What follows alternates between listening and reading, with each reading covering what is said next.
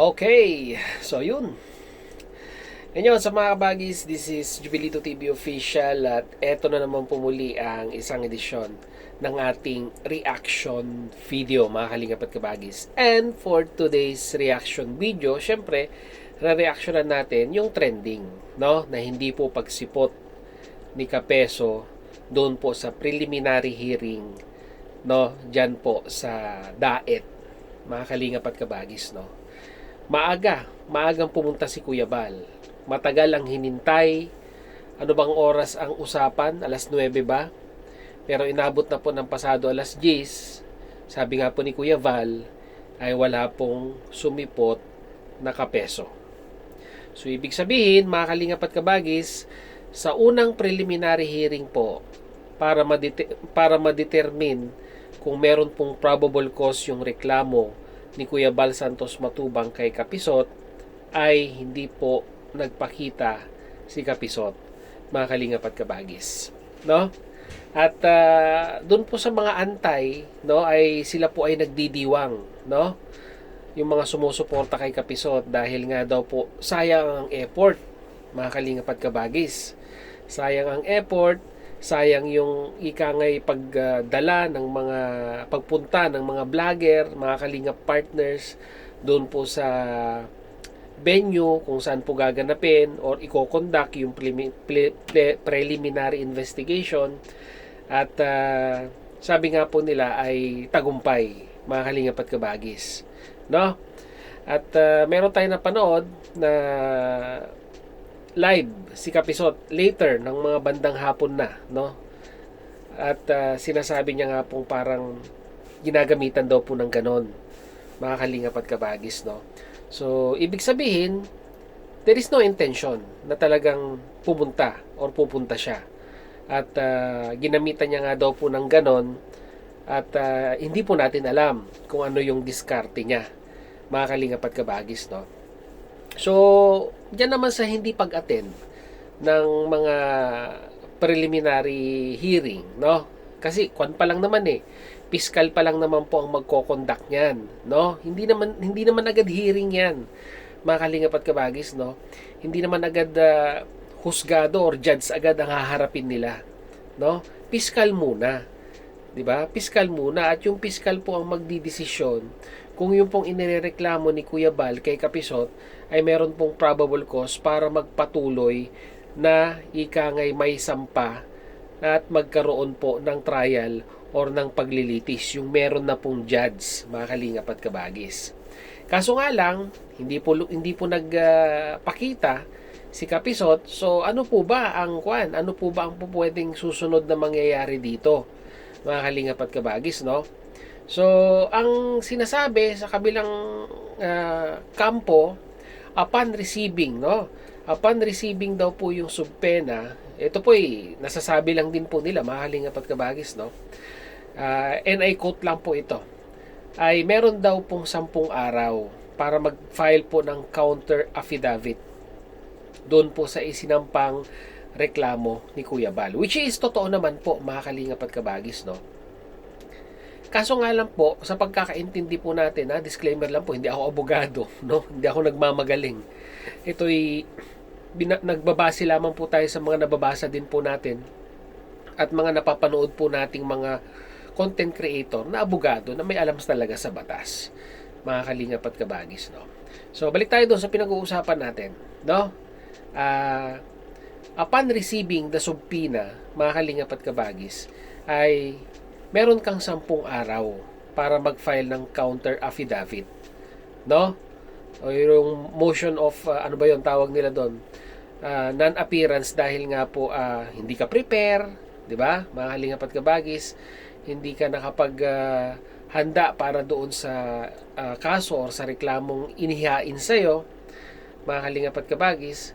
Kaso nga lang po, sa pagkakaintindi po natin, mga kalingap at kabagis, no, for you to be able to submit a counter affidavit, mga kalingap at kabagis, no, kahit hindi ka pumunta, kahit hindi ka magpakita dun sa preliminary hearing, ay magpadala ka ng counsel mo na ikangay magpapasa ng yung affidavit na ikangay ini-extend, no?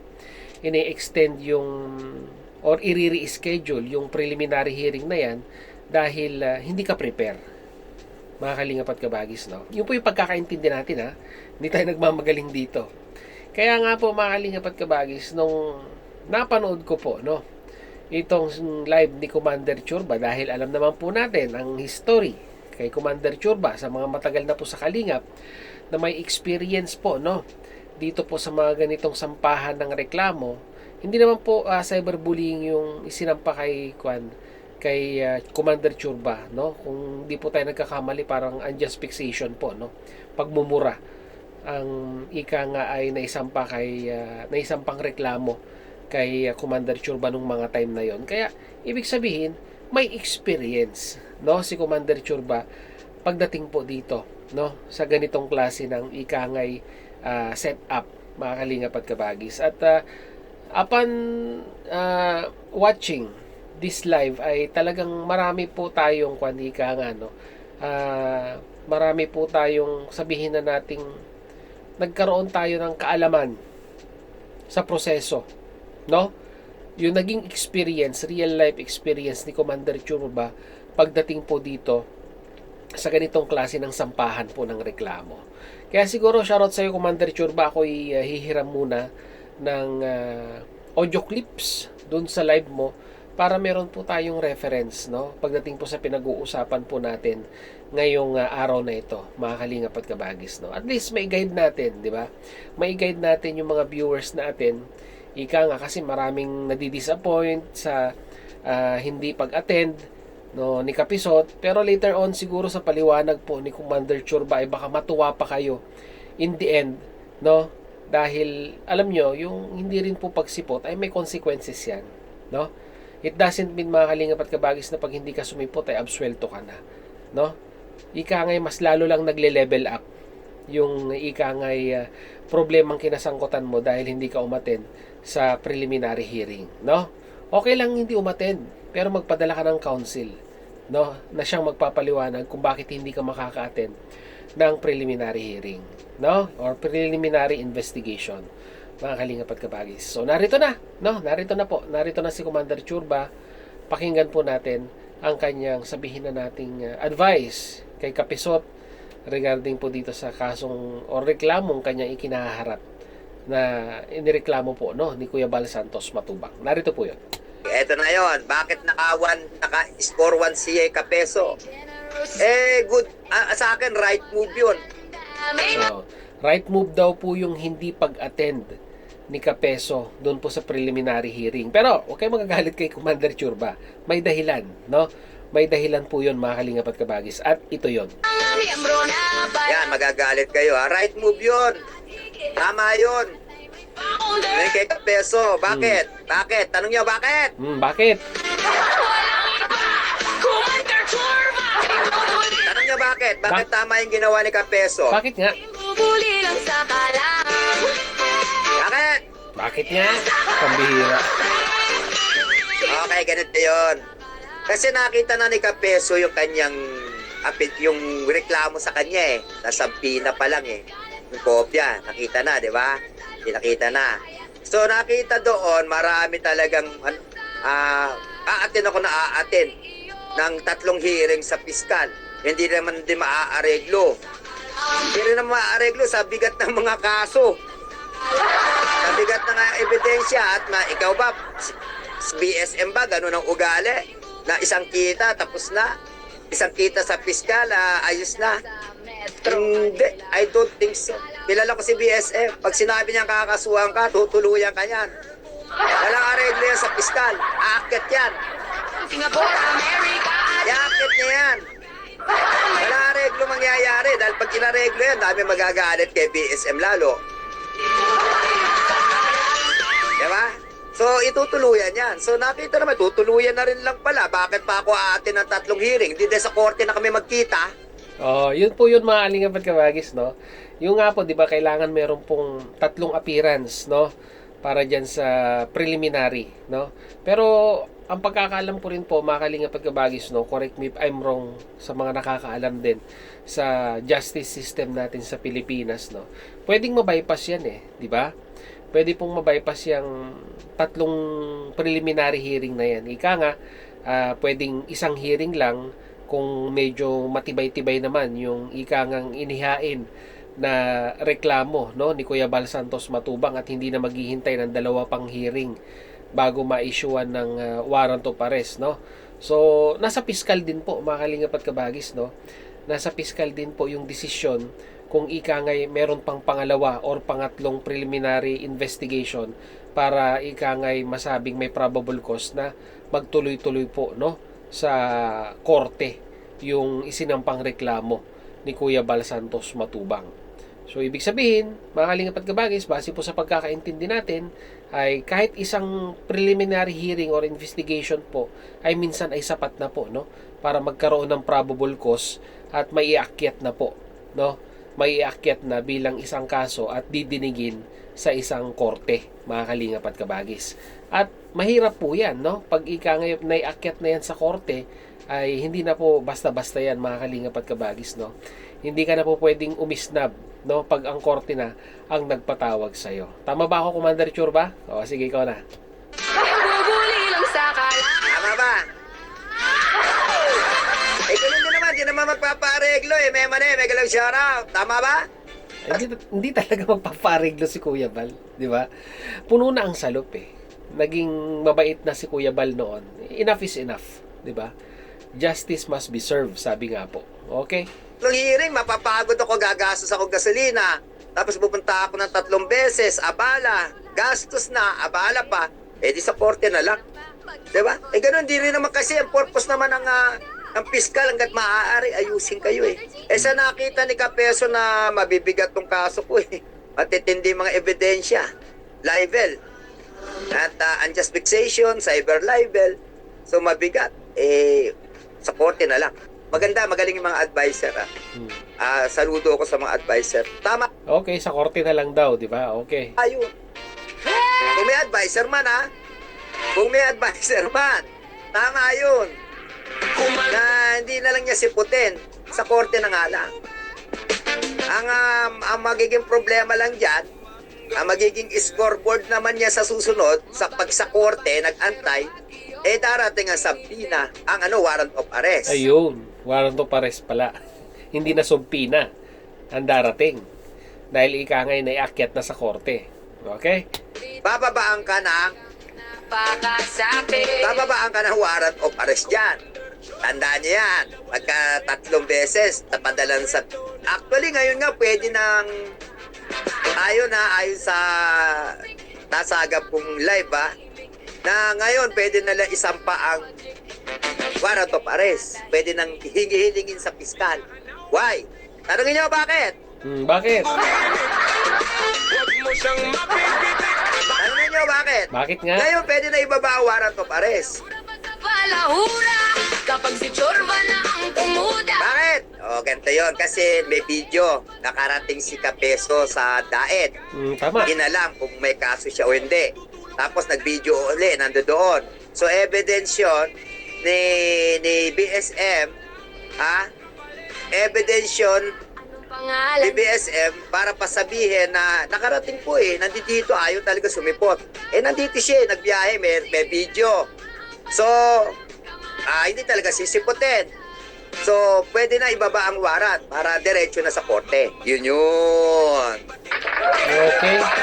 Wala na mga second hearing, hindi na naman darating. Hindi na. Pwede na i-request yun ng accuser.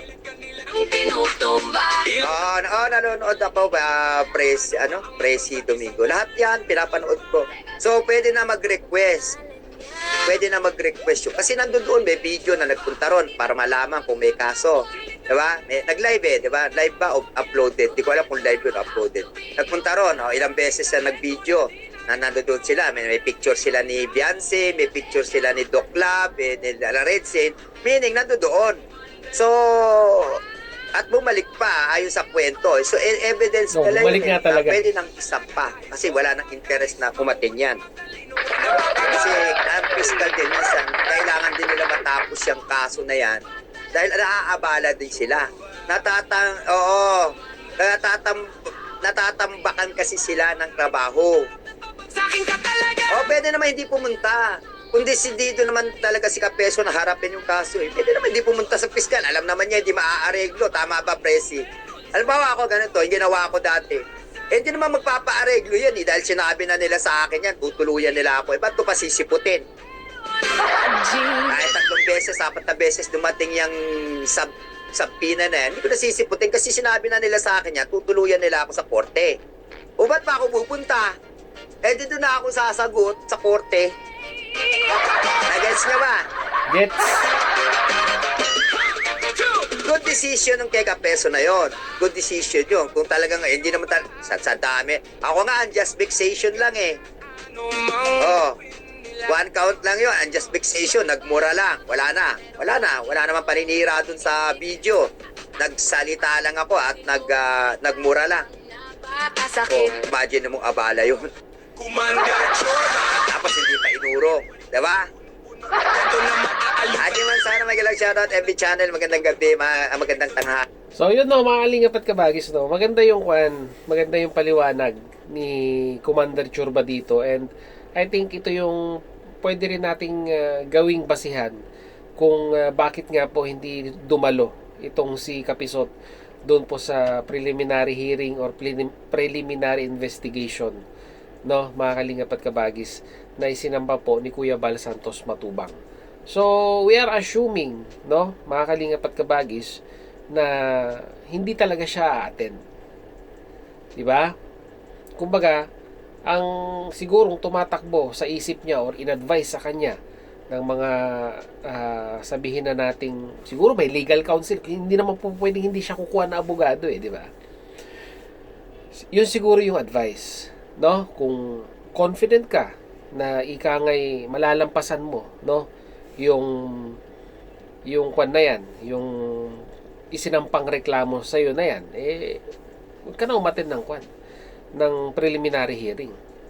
Diretso kwan na yan. File na ng kaso sa korte, mga kalingap at kabagis. Yun nga lang, ang consequence dyan, pag hindi ka nga sumipot, ay yun po, yung warrant of arrest na, no? Talagang uubligahin ka na ng ating judiciary system na umattend ng mga hearing na yan.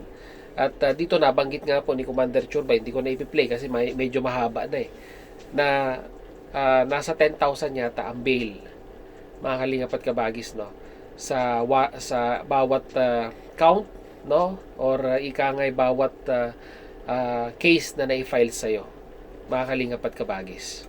So madugo pa rin, di po ba? Madugo pa rin yan, di ba? Magpipiyansa ka, and at the same time ay yung bayad mo sa abogado mo, dahil talagang hindi naman po pwedeng ikaw ang magre-represent sa sarili mo sa korte. Pwede na lang kung abogado ka, pwede yon siguro, mga kalingap at kabagis, no? Pero syempre kailangan mo rin kumuha ng abogado, at alam naman natin sa Pilipinas hindi po ganun kamura or ikangay ganun ka baba ang presyo ng singilan ng mga abogado sa atin, lalong-lalo na po pag pribado. Pwede naman sa PAW, no, sa Public Attorney's Office. Pero syempre, mas maganda pa rin yung kukuha ka ng pribado na mas makakatutok, no? Mas tututok. Ika nga'y nakapokus lamang sa i-final na reklamo sa'yo. At mas mataas ang probability na may papanalo niya yung kaso. Kung ika nga'y hindi matibay yung mga ipresentang ebidensya ni Kuya Bal Santos Matubang laban kay Kapisot. Di po ba? So yun lang po ang ating reaction video for today, mga kalingap at kabagis. At kagaya po ng dati, your comment matters. Mag-comment na po kayo sa ating comment section. So yun, muli maraming salamat dahil sa dulo po ng ating reaction video ngayong araw na ito ay nasamahan niyo po muli si Jubilito TV Official. At muli po, papaalala po ang inyong host. Sa mga hindi pa po nakasubscribe sa ating YouTube channel, ay subscribe nyo na po, Jubilito TV Official. At kung nagustuhan nyo po ang ating reaction video for today, mga kalingap at kabagis, ay paki-like and share na lang po. So hanggang dito na lang. Once again, this is Jubilito TV Official, proud member po ng Team Cos at ng Team Bios ng Kalingap. As I always say, mga kalingap at kabagis, peace, God first, God bless po. Kabush!